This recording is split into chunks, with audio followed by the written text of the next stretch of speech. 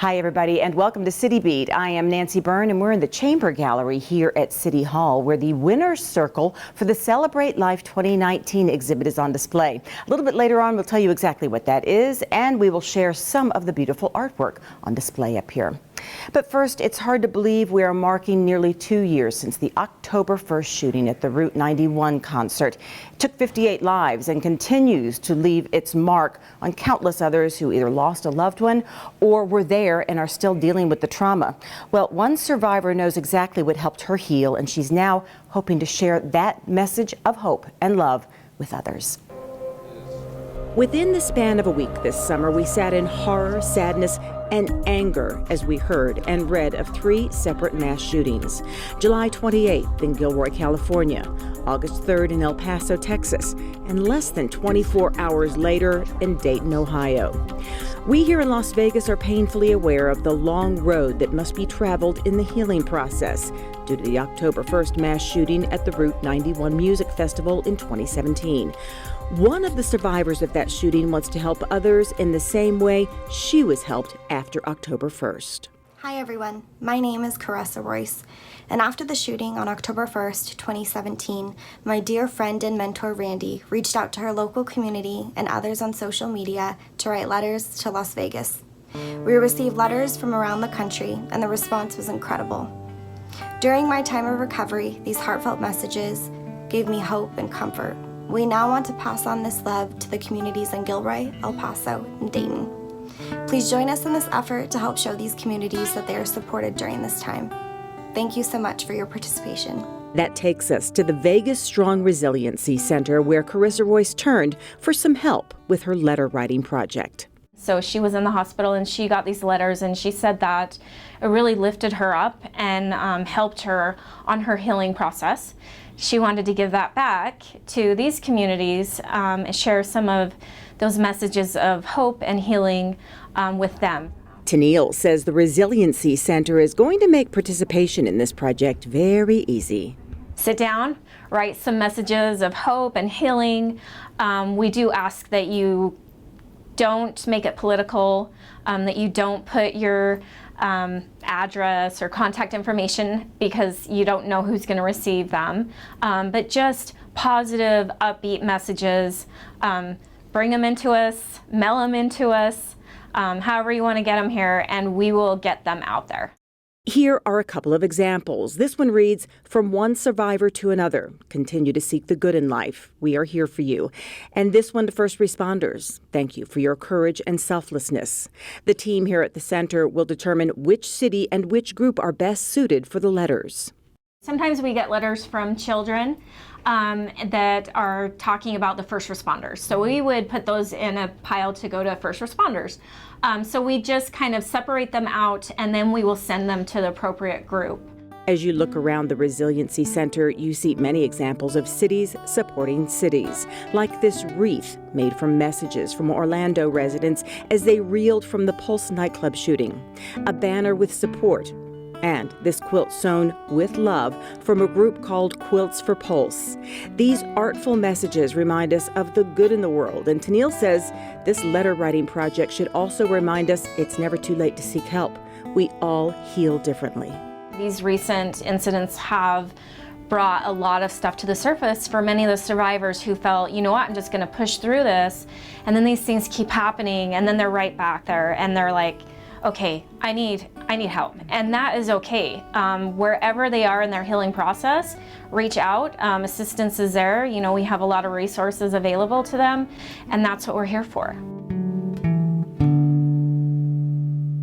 If you'd like to write a note or some kind of message, you have until September 9th to do so and get it to the center or send it. Here is the address.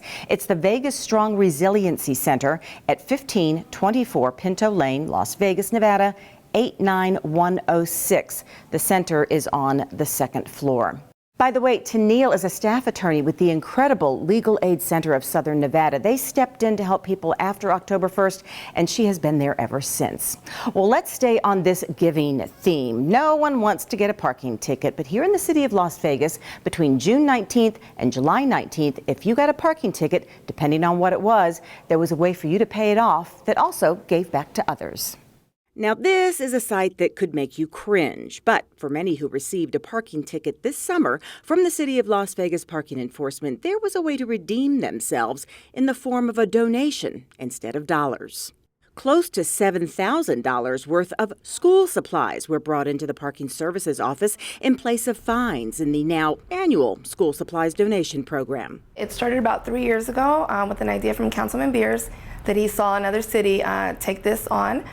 So we started 3 years ago with toys for tickets.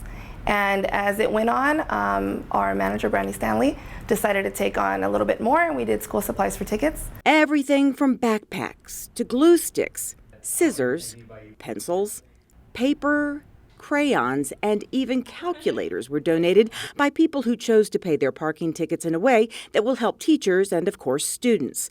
All collected here was donated to the Teacher Exchange. The Teacher Exchange has been in existence for about 18 years. We're a reuse, repurpose, and surplus resource center for public school teachers. We've been supplying supplies from the Strip, as well as from businesses, retired teachers, as well as through the Kids in Need Foundation and all the folks that donate to those folks. They're a great bunch. And we're really excited about the fact we've had 2,400 teachers come through for back to school already this year. Taking part in the donation process was easy. You could go to our website, make sure that it qualifies. You'd go to the store, you'd buy the equal amount that your fine is. In supplies, you bring in your receipt, and we'd come and take care of your ticket, wash it out. What wasn't a wash was the appreciation from teachers who rely on this Teacher Exchange here on Maryland Parkway to help subsidize their classroom needs. We all know most teachers reach into their own pockets to pay for supplies for their students. Having this wide variety of supplies at their fingertips is one less thing they have to worry about budgeting for their kids. Well, this is incredible because the City of Las Vegas is so innovative, and they have been innovative over the years. And cities all over the country have been calling, I know the city plus me at the Teacher Exchange, on how they can get involved in something like this. But to come here and see all these supplies is fantastic.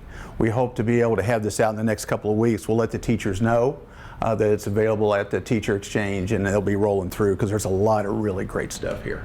So whoever thought going in to pay off a parking ticket could feel good? But according to Eveline Valdez, that's exactly what they found when people donated supplies instead of paying in dollars. It's just a different transaction. They came in feeling like they were giving back rather than paying a ticket or that they were in trouble. They felt that they were helping a cause. And it was, yes, definitely positive. People taking pictures. People brought in their children to give the donations. So it was very, very pleasant. Now, that program ended October 18th, but the city also runs similar programs, such as toys for tickets around the holidays. And because this one was so successful, you'll probably see it again next year as the summer draws to a close. By the way, not every ticket qualified. Safety violations, such as parking in front of a fire hydrant or in a handicap zone without a placard, they didn't count. It was mostly meter or late registration tickets. Well, speaking of parking enforcement, starting September 3rd, they're going to change the way that they immobilize cars that are late on their parking tickets. They are giving the boot the boot. Unless you can drive like this. Parking enforcement has a new tool designed to keep you from going anywhere if you owe $200 or 2 tickets. It's called the Barnacle, and it's replacing the boot. Here's Officer Gibson with Las Vegas Parking Enforcement to explain. While the boot traditionally has been the way the City of Las Vegas Parking Enforcement has immobilized vehicles with excessive unpaid tickets, it can be damaging to vehicles if the driver does not see it. And it could be hazardous to officers when putting it on busy streets. And it could take some time to get an officer back to the car or truck to remove it. Here in the City of Las Vegas, we're always looking for better ways to serve and protect. So we're giving the boot the boot. We're replacing it with this, a barnacle. Here's how it works. The barnacle is placed on the windshield. 750 pounds of suction is applied. Not enough to damage the windshield unless you try to remove it unlawfully. There are 5 easy steps to removing it. Simply go to the website or call the number you see plainly on the device. Pay the fine and an equipment deposit with your credit card or debit card. You will be given a 4-digit code that you will use to unlock the device. Fold it up, take it to any of the drop boxes in the City of Las Vegas. Once the device is returned, your deposit will be returned. And that is how and why Las Vegas Parking Enforcement is giving the boot the boot.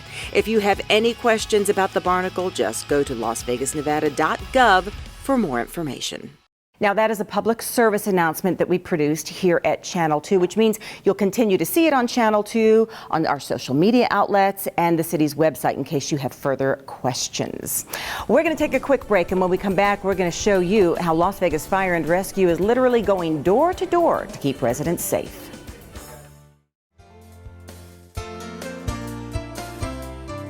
Congratulations to Paula Pisani, the City of Las Vegas Employee of the Month. Paula is a fire prevention inspector with the city and oversees more than 1,000 properties in her area. Beyond that workload, she is always looking for ways to help people in our community. Last December, while responding to a service request in an apartment building, she met two families who were struggling financially. After completing the call, Paola contacted some local fire charities and spearheaded an effort to secure toys and gift cards for the families. She even spent her own money to buy both families' Christmas dinner. With the help of her fire prevention team and the crew at Fire Station 108, the presents and the food were delivered to the families on a fire engine a few days before Christmas. For her kindness and compassion, we honor Paola Pisani, the City of Las Vegas Employee of the Month.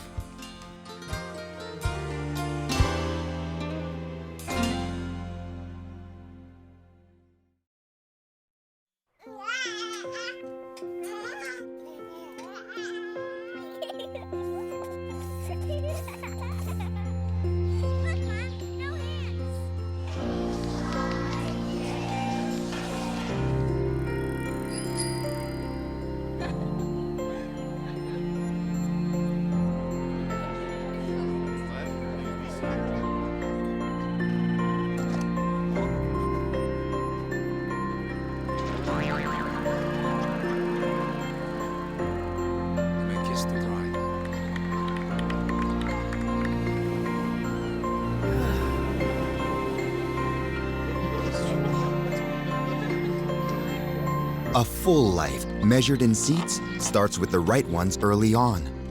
Car crashes are a leading killer of children 1 to 13. Learn how to prevent deaths and injuries by using the right car seat for your child's age and size. I adopted Bento in 2010 from a shelter. As it turns out, we have very similar personalities. And this cat makes me make art because he's always motivating me to take pictures of him, to draw pictures of him. He just is motivating artistically. It's just that simple. Well, he's my best friend, but a lot of people know him as Keyboard Cat.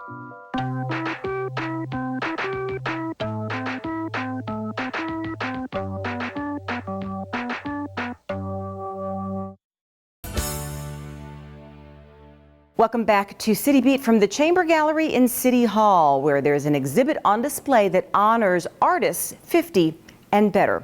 We'll share that with you a little bit later on.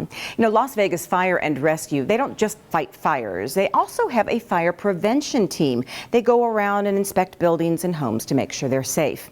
Sue Levitt was able to go along with this team as they launched a huge effort to protect some of our seniors in Sun City. It's a busy day, but it's an exciting day for sure. Barbara Holden is on the board of directors for Sun City, and she also leads the neighborhood preparedness team.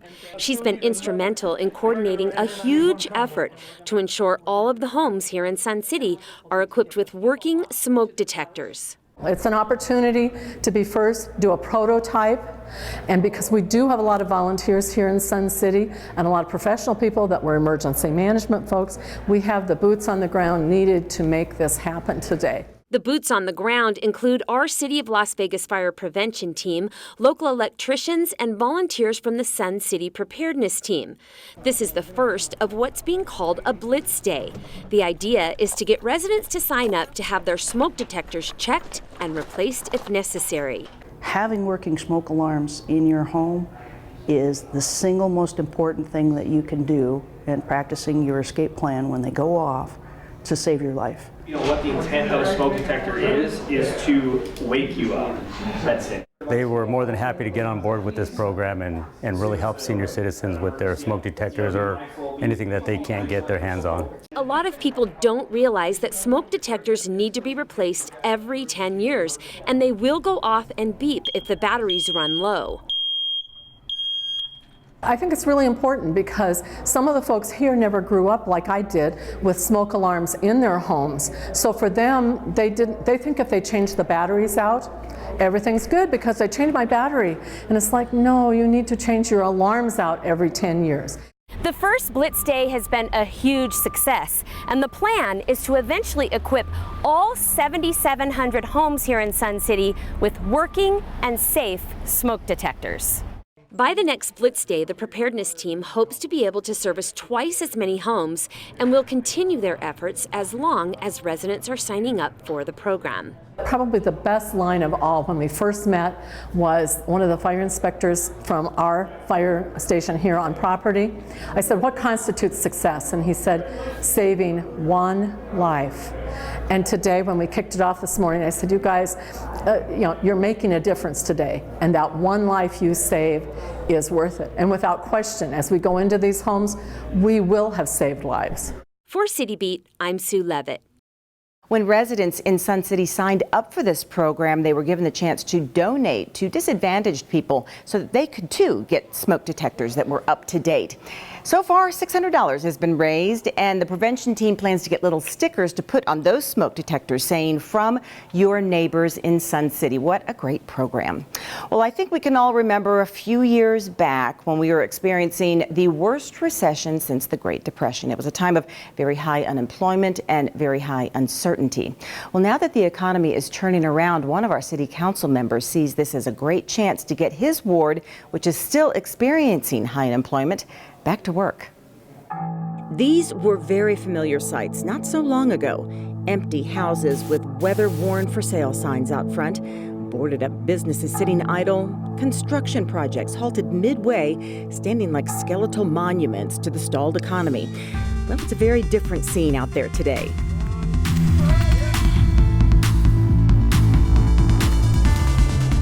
This is what's happening in the city of Las Vegas. We're seeing construction and completion on new residential complexes, parking garages, and retail. Ground has been broken on a new municipal courthouse. Circa, a hotel casino, is being built from the ground up on Fremont Street for the first time in decades. While there's also a lot going on in the other 5 wards across our city, much of this boom is in Ward 5. A lot of it is in Ward 5. We are rocking and rolling.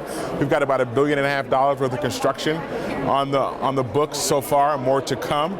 So there's jobs that are available. We have to get people ready for them. Phase 1 of what Councilman Cedric Creer has coined the Ward 5 Works program was this job fair at City Hall, where just about all the trades were represented, from construction to landscaping. It was a perfect opportunity for those looking for work to meet potential employers, and for employers to meet potential hires. This is what Vegas needs right here. So I am a pipe fitter out of 525 Plumbers and Pipe Fitters Union, and I have a nonprofit now that is preparing women to get into construction by way of taking a math test. What is the name of it? Nevada Women in Trades. I think it's awesome to give you the opportunity to go ahead and reach out to different avenues and see the feel of what type of career that you actually want to get involved in. I actually filled out a couple of applications, so that's a good start. And I got a couple of more leads, and I'm still looking around as well. More than 500 people signed up to attend this job fair here at City Hall, all looking to either find a job or a new job or to further their education. Most were able to be interviewed on the spot, or at least fill out applications. Councilman Creer says while unemployment numbers look good in most parts of the city, somewhere around 4%, he says in Ward 5 that number is more like 15%. And that is why this Ward 5 Works program is so important to getting the word out on what's available in our job market and then making it convenient for the residents to find their fit in the workplace. But the majority of people want to work, they want to provide for their family, they want an honest wage for an honest day's work.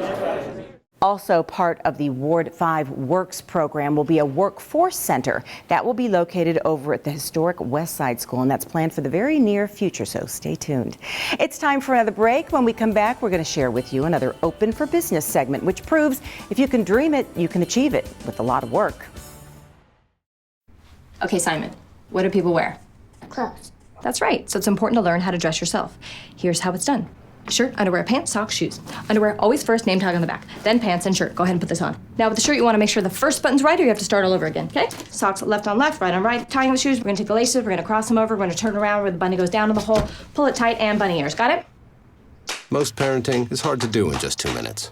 But 2 minutes twice a day making sure they brush is easier, and it could help save them from a lifetime of tooth pain. Lafayette, what are you doing?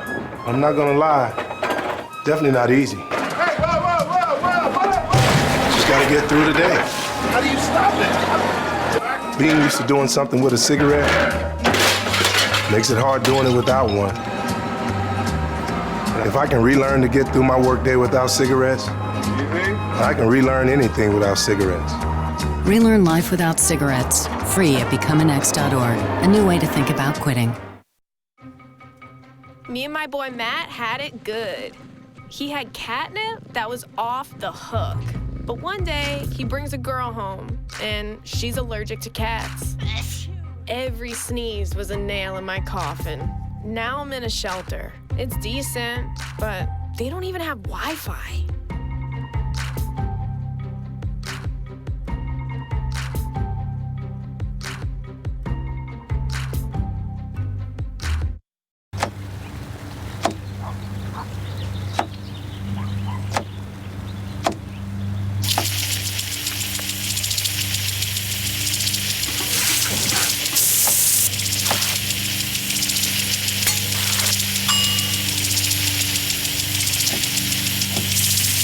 Clean kitchen surfaces, utensils, and hands with soapy water. 1 in 6 Americans will get sick from food poisoning this year. Keep your family safer. Check your steps at foodsafety.gov. Papa!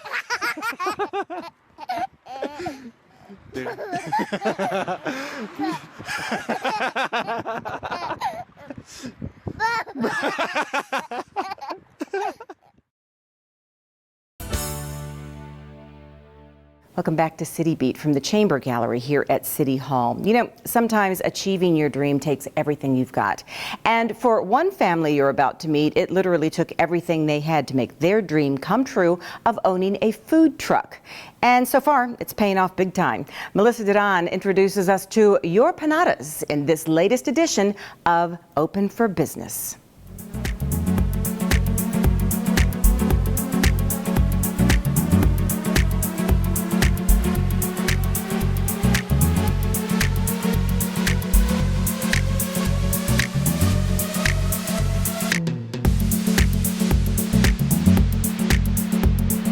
Hi everyone, Melissa Duran here in 113-degree heat.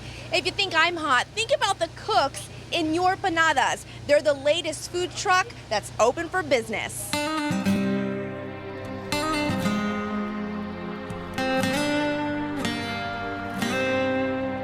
It's hard to come by passion like you'll find in Jonathan Batista. He and his wife Janelle sold everything they had in New York and followed their dreams to Las Vegas, where they opened Your Panadas, one of the newest food trucks rolling through town. This is my full-time job. I left a corporate America job making $80,000. We had a corporate America job making $110,000, and we sold our house and we put everything we had into this, and this is my baby. This is not your typical empanada. Each one stamped individually to make sure they're just right. We are a West Indian, Latin American fusion of flavor. So our menu you can consist of a beef and chorizo. We call that the New Yorker because it brings you back home to what the flavors are in New York. We have a mac and cheese. It's a 5-cheese mac and cheese. One of the cheeses is imported from DR. So it gives you that different, like when you bite into it, you're like, yeah, it's familiar, but it's something new. And that's really what I want to do. I want to incorporate familiar flavors. People don't even know what empanadas are. So I have to educate them on that, plus educate them on what we're doing. So it's been a process, but I love every inch of the step. So what's on the menu? Well, everything from buffalo chicken to beef and chorizo, curry, cheesecake, and apple, to name a few. They spend each and every day working to find that perfect location. Today's stop, local marijuana dispensary, Planet 13. Pretty genius, right? Jonathan has been working for months to be allowed to park here, and a chance encounter with one of the managers landed him the spot. It's no doubt one of their busiest stops. Who's not going to be into that? You're like, oh, I'm definitely gonna be hungry in a minute. I'm gonna get home. Might as well get something to go, right? And the uniquely flavored empanadas didn't disappoint. It's awesome. It's bomb. I love it. What do you think about them putting up right outside a dispensary? Pretty smart, right? Good idea. For Got the real, though. munchies. Come prepared. Your Empanadas has already gotten recognition in the short few months it's been open, nominated in the Review Journal as one of the best food trucks in town. But working a food truck is grueling, especially in this heat. Day after day, hour after hour to make their dreams come true. Every day, Jonathan remembers his grandfather who taught him how to cook. It's where his passion comes from, and his wife Janelle sees that passion grow every day. It's been amazing. We've had the first 3-4 months good, and I love it. My husband's much happier here. It's like his heart. This is his heart. He's putting his love into the food for our customers. My heart's with his heart, and I love doing this every day. I told him it's like not going to work every day. So this is like a big party for me. I love coming out. I love meeting people. I love seeing them eat our food, and it's great. Jonathan says whether he makes $1 or $1,000 a day, money is not the end goal. Money will come, dollars and cents will come, but if you put out a good product, you treat people correctly, you show the love through the food. We live in a crazy time right now where there's so much racism and separation, and it doesn't matter who you are, what culture you are, what race you are, what political background you have. You eat the food, you love it, you bring everybody together, and that's my end goal. Order up! Thank you, Melissa Duran, for that story. You know, every year, the City of Las Vegas and our Office of Cultural Affairs holds an exhibit called Celebrate Life, and it honors artists 50 years or better. There are many entries, but only the winner's circle ends up here in the Chamber Gallery. Now, these beautiful pieces of art will be on display through October 3rd, which is on the second floor of City Hall. For more information on this or anything arts and culture in the City of Las Vegas, call 229-PLAY. We're going to show you this art as we say goodbye, and we'll see you for the next City Beat.